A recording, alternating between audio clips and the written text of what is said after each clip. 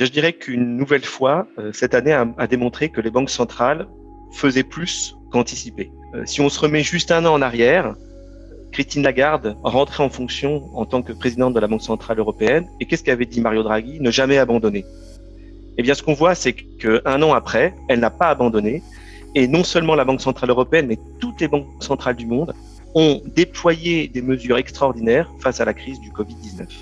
Nous avons atteint le niveau d'intérêt le plus bas jamais atteint en termes de banque centrale. Et en termes d'achat de banque centrale, les bilans ont explosé puisque, par exemple, pour la Banque centrale européenne, nous sommes passés d'une taille de 4,3 trilliards à plus de 7 trilliards d'euros détenus par la Banque centrale européenne. Du côté de la Fed, le même processus, on est passé de 4,1 à 7,3 trilliards. Ce sont donc des achats massifs qui correspondent à presque 30% du PIB qui ont été déployés par les banques centrales en 2020. La première leçon, c'est que les banques centrales ont délivré et ont délivré beaucoup plus que prévu face à cette crise exceptionnelle.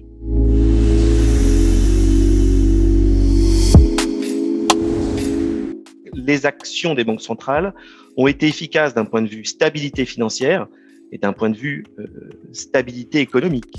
Dans le même temps, force est de constater que l'inflation reste très basse.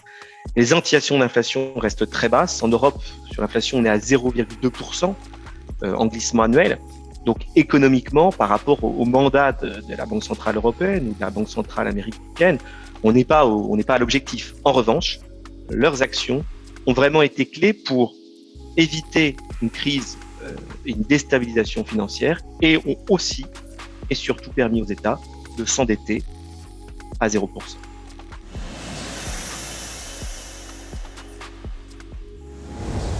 Il ne faut jamais sous-estimer les banques centrales.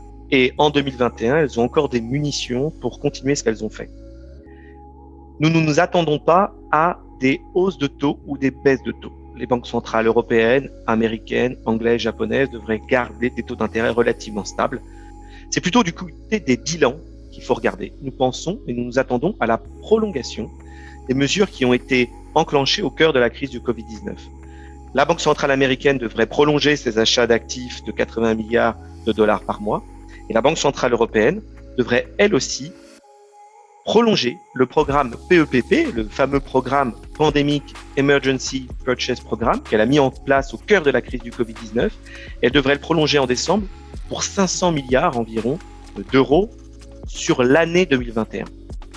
Donc, du côté des bilans, le bilan des banques centrales qui avait explosé en 2020 pour atteindre presque un niveau de 52% de la richesse nationale devrait continuer à progresser et on s'attend à ce que ce bilan atteigne près de 61% de la richesse nationale des 4 plus grandes banques centrales que sont la Banque centrale américaine, européenne, japonaise et britannique.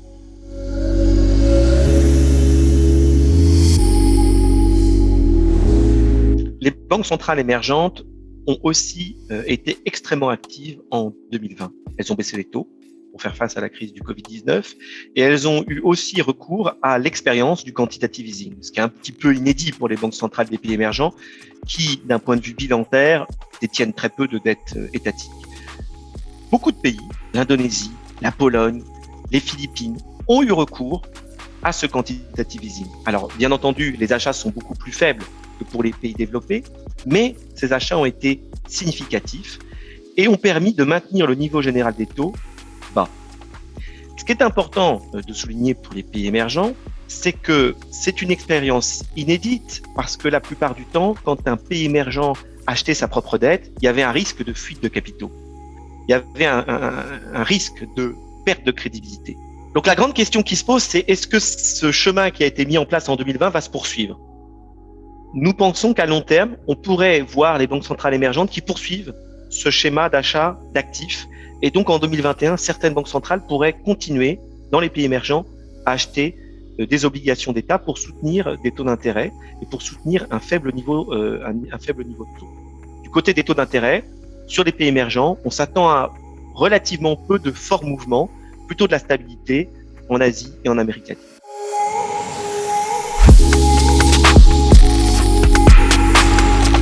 Les banques centrales sont en train de changer leur mandat. La Fed a clairement affiché un peu la refonte de son mandat en incluant des paramètres nouveaux dans ses objectifs. Ainsi, par rapport à l'inflation et au taux de chômage, a été rajouté aussi un indicateur lié aux inégalités et à l'inclusion sociale des minorités. La Banque centrale européenne, en 2021, va poursuivre la réflexion qu'elle a entamée et va aussi redéfinir un nouveau cadre de politique monétaire. Ce qui me semble très important et qui n'est pas nouveau, c'est que depuis maintenant 2 ans, la plupart des banques centrales reconnaissent que des risques nouveaux sont à prendre en compte. En plus de l'inflation, en plus de l'évolution de la stabilité financière, il faut regarder aussi du côté du risque climatique. Et il y a une vraie reconnaissance aujourd'hui de la part de toutes les banques centrales que le risque climatique est un risque majeur qu'on ne peut pas ne pas regarder. Que ce soit Christine Lagarde ou Jay Powell ont récemment fait des déclarations dans ce sens-là. La question est, comment une banque centrale peut-elle gérer le risque climatique ? Car le risque climatique ou le risque de changement du climat est somme toute un risque physique qui n'a rien à voir avec l'économie. Je vois au moins 3 solutions que les banques centrales sont en train d'investiguer pour répondre et pour pouvoir contribuer, elles aussi, à gérer ce changement et ce risque de changement climatique. Le premier point, c'est donc comme tout risque, les banques centrales, en tant que superviseurs des banques, pourraient l'intégrer dans son analyse de risque. Comme vous le savez, les banques centrales ont recours à des stress tests massifs pour évaluer la qualité des banques. En 2021, des stress tests climatiques seront effectués par la Banque centrale d'Angleterre et sans doute par la Banque centrale européenne sur la plupart des banques européennes. La deuxième solution pour les banques centrales pour gérer ce risque-là, c'est d'avoir une nouvelle politique de collatéral.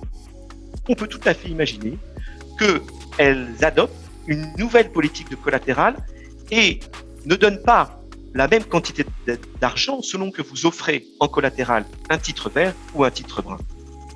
Le dernier point qui est très important pour la Banque centrale, ce sont ses achats d'actifs. Est-ce que ça a du sens qu'une banque centrale achète des obligations privées de sociétés qui émettent du carbone? C'est une vraie question. En 2021 et dans les prochaines années, les banques centrales pourraient mettre en place de critères pour sélectionner certains émetteurs. Mais là, vous voyez bien qu'on arrive à un débat beaucoup plus complexe, qui est celui de la taxonomie européenne. Comment qualifier ce qui est vert de ce qui ne l'est pas? Ceci n'est pas encore défini. Et la Banque centrale européenne pourrait être un acteur pour aider à définir une taxonomie.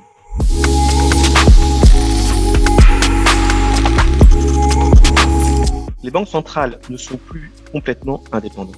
La politique de taux négatif et de taux bas a déjà créé une forme d'impôt sur les épargnants au profit des ménages et des acteurs les plus endettés. D'autre part, les banques centrales, en tant que prêteurs principal aux États, est clairement dépendant et sont clairement interdépendants avec la politique budgétaire. Aujourd'hui, face au Covid-19, il est clair que la politique de taux bas est un facteur clé pour la stabilité et la solvabilité des États. L'indépendance des banques centrales est le fruit d'un long combat dans les années 90 pour les pays développés afin de maintenir les pressions inflationnistes sous des niveaux raisonnables. Donc l'indépendance des banques centrales est en fait relativement un trésor chèrement acquis et qu'il faut préserver. Préserver parce qu'aujourd'hui, si les banques centrales vont dans le même sens que la politique budgétaire pour gérer le risque climatique, c'est une bonne chose.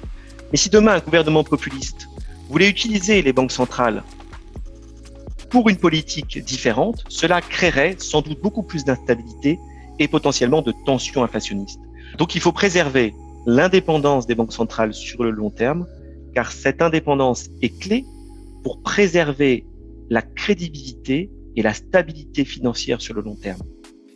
Il y a de l'interdépendance entre les politiques budgétaires et monétaires, mais il n'y a pas de dépendance, sinon c'est le risque de dérives populistes et inflationnistes dangereuses.